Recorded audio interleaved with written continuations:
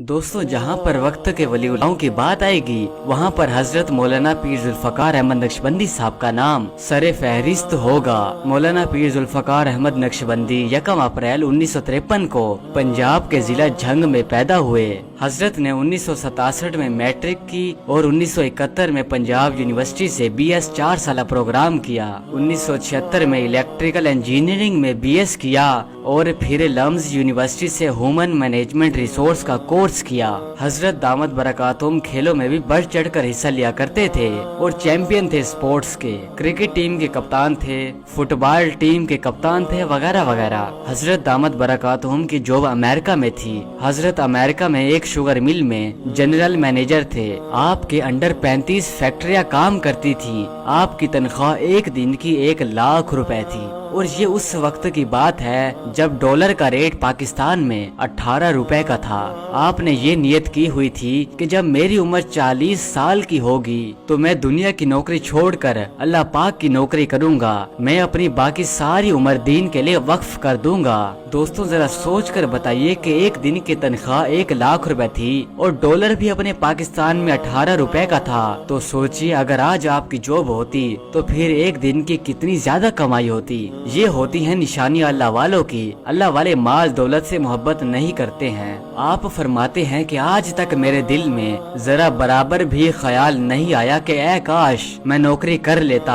आप फरमाते हैं कि मुझे बड़े की नौकरी करके इतना मजा आता है कि छोटों की नौकरी करने का दिल ही नहीं करता मेरा। आप बयान में फरमाते हैं कि मुझे हुजूर पाक सल्लल्लाहु अलैहि वसल्लम की ज़ियारत 100 से ज्यादा मर्तबा हुई थी। इस बात को दरअसल इसलिए बताया था कि लोगों ने कहा था कि हम अपनी पूरी कोशिश करते हैं कि हमें हुजूर पाक सल्लल्लाहु अलैहि वसल्लम की ज़ियारत हो, लेकिन नहीं हो पाती है। तो आपने फरमाया था कि निगाह पर कंट्रोल कीजिए। अगर गैर महरम गुजरे तो आपको ये भी पता ना चले कि इसके लिबास का क्या रंग है, इसका लिबास कैसा है। आपने इसके बुरके की तरफ भी नहीं देखना है। मैं निगाह पर बहुत ज्यादा कंट्रोल किया करता था, तब मुझे इस निगाह पर कंट्रोल करने का ये अजर मिला। कितनी नजर की हिफाजत करनी होती थी। इस पर अल्लाह रब्बुल इज्जत ने फिर जो मेहरबानियां की वो अब क्या बताएं आपको। हमारे एक साथी हैं लाहौर के, एक दिन मुझे कहने लगे कि मैं आपको एक बात बताऊं, मुझे हजरत ने बताई। मैंने कहा बताएं। कहने लगे हजरत ने मुझे बताया कि देखो उस वक्त आप किसी मस्जिद में खड़े थे, आपकी तरफ इशारा करके हजरत ने कहा कि इस बच्चे को इस वक्त 100 से ज्यादा मर्तबा नबी इस्लाम की ज़ियारत हो चुकी है। मैं सुन के हैरान हो गया और हैरत मुझे इसकी थी कि पता इसको कैसे चला। उसने कहा जी कि मुझे हजरत ने ये बात बताई थी। तो निगाह की हिफाजत का फिर ये फायदा हुआ कि अल्लाह ताला ने 30 साल की उम्र से पहले 100 से ज्यादा मर्तबा नबी इस्लाम की ज़ियारत नसीब फरमा दी। हजरत जुल्फकार अहमद नक्शबंदी साहब रूहानियत के बेताज बादशाह हैं। आपके बहुत सारे खुलफा और शागिर्द हैं।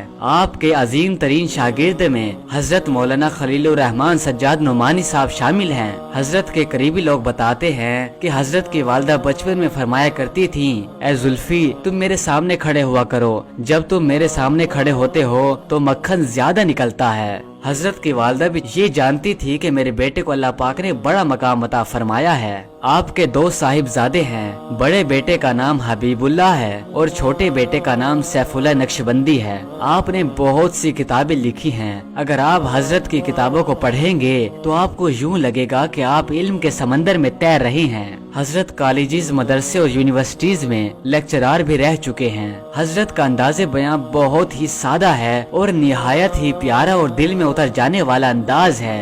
आपको 1982 में पीर गुलाम हबीबुल्लाह नक्शबंदी साहब की तरफ से खिलाफत की इजाजत मिली। हजरत दामद बरकातुहुम ने बहुत सारे लोगों की जिंदगियों को बदला है। जब हजरत अमेरिका में थे तो बहुत सारे लोग सिर्फ हजरत की शक्ल सूरत को देखकर मुसलमान हो जाया करते थे, क्योंकि आप हर एक काम सुन्नत के मुताबिक किया करते थे।